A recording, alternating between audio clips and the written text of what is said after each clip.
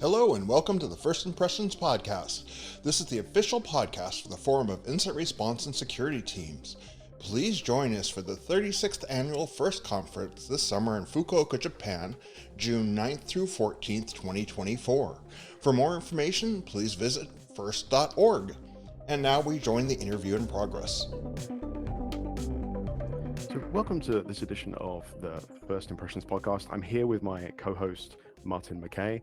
I'm Chris John Riley, and today we're lucky enough to be sitting down and talking to Satoshi Okada, a researcher at INADO, Toyo University, and Takuho Mitsunaga, which I hope I got correct, associate professor at Toyo University. Thank you very much for joining us on the call. Thank you very much. Nice to meet you. Great. So you're going to be giving a talk at the upcoming FIRST conference, AI governance with multi-stakeholder for safer AI society. Different people have different opinions about AI and what AI means. Perhaps we can start the conversation by just doing a quick introduction about what do you mean by AI? Yes, in our presentation, the AI means that the deep learning based AI, and the presentation, we mainly focus on LLM like ChatGPT or Cloud or something like that. We're at the very beginning of an AI age. We're looking at very limited AI implementations, specifically an LLM that just imitates some of the actions of humans. But what is it that you see as the very first primary concern that started your research, basically? Why did you start looking at this? Main motivation of our presentation is that today's LLMs pros and cons. So LLMs, yes, as you said, is very powerful and it is very useful and it is like human, but it is generative, so it has a lot of risks such as copyright problem or something like that. So we want to clarify the pros and cons of the LLM, and we want to research about the importance of the governance of such a kind of technology. Are you afraid that technology will move beyond where we can apply governance? Well, we do not afraid of such a kind of things but I think we should implement the appropriate governance against such a kind of a fast improving technology, because sometimes LLMs show the ability beyond our expectation or something like that. So we do not afraid of the capability of AI, but we think it is important to control it in an appropriate way, like governance. One of the key points of the title of your talk is multi-stakeholder.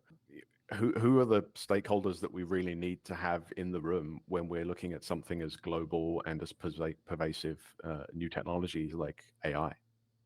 I think there are three parts. The one is AI service provider, and the second is AI service users, and the third one is the AI developer.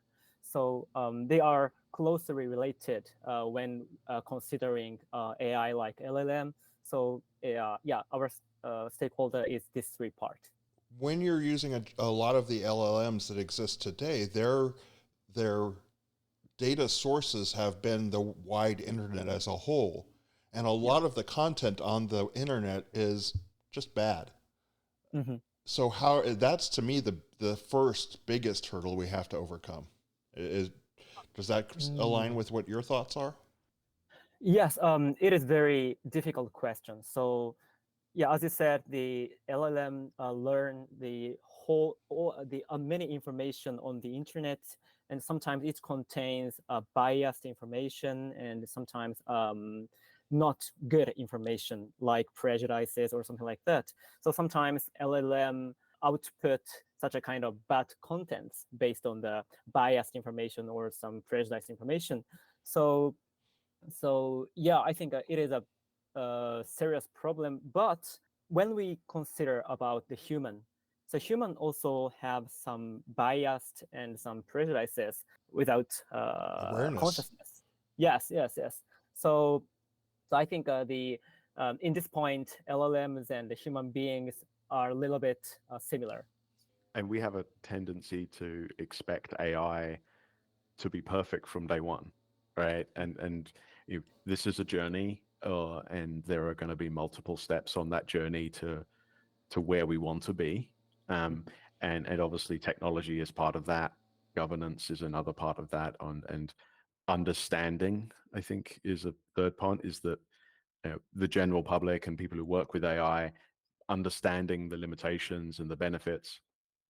And you talk a little bit about where technology and AI can be used for cybersecurity, such as predicting attacker behavior and things like that, which seem to be a lot more factual based and easier to understand and easier to work with. Is that an area where you see governance maybe easier? In cybersecurity area, you said. Yeah.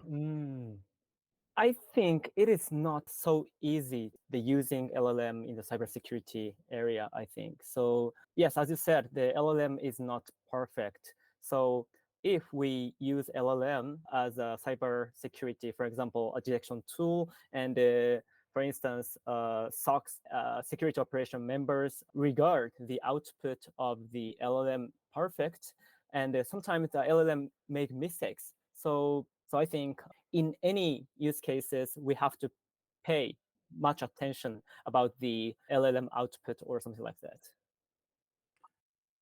I think that ultimately, I mean, we've been using smart technologies for a long while to do very similar things. I mean, the first thing that springs to mind is credit card transactions, smart decision making to say you're unlikely to take money from an ATM in London and then 2 minutes later be buying something at an ice cream shop in Tokyo. Decision making like this seems like an easy market for AI because it can bring in a lot more intelligence and decision making processes. But obviously, the more complex things are, we'll obviously need to learn, and it needs to progress and become improved over time. Yeah, exactly. Who would you like to see in the audience? Who are some of the types of people that you think will get the most out of your presentation? So the answer is the AI multi-stakeholder member. I'd like to listen to our presentation. So yes, as described in our presentation, the today's LLM services is based on the many people effort, like, as I said, the AI service provider, AI service users, and the AI module developer. So I mean that whole people who are related to LLM should, or it's better to listen our presentation. With those people in the room, what do you hope that they're going to be able to do? So the room at first is going to be people at national cert teams like JP Cert, for example, and LA Cert. How do you hope that they can help to make things better in the future, or how can they help with the conversation? So what is the most important thing is the stakeholders, including CERT members and ordinary users, take this problem seriously. For instance, some cybersecurity problems or risk management can be done in a top-down way, like a CEO or some executive officer decide the way how they behave, and the other people just follow this. But AI is a totally different story because AI technology is improving as time goes by, and the speed is very fast. So in that point, I think all people should take this problem. Takuho, do you want to add anything to the conversation? The situation around AI will be changed in near future. If we consider a risky situation, say that everyone believe AI is perfect or AI is smart enough, especially for younger people. As we know, AI sometimes responds wrong answer. So we have to be careful for using AI, also for developing AI with multi-stakeholder, including security people or AI developers, everyone. So I hope everyone who get interested in AI or LLM will join our presentation, not only for AI, but also security, CSERT, or everyone. So don't miss our presentation. LLM will be useful in the security in the future. So I hope see you at Fukuoka. Thank you. I'm looking forward to it. It's definitely shouldn't be missed, as you said. So we've been talking to Satoshi Okada and Takuho Mitsunaga. Again, I hope I got correct. From Toyo University. Check out their presentation at the upcoming FIRST conference, AI Governance with Multi-Stakeholder for Safer AI Society. Thank you very much for taking the time. And Thank you very much. Thank you very much. See you in Japan. Yeah. Thanks very much. See you. See you. Thank you for listening to the First Impressions podcast. I'm your host, Martin McKay, and along with Christian Riley, we interview people who are going to be speaking at upcoming FIRST conferences. We look forward to seeing you at the 36th annual FIRST conference this summer in Fukuoka, Japan.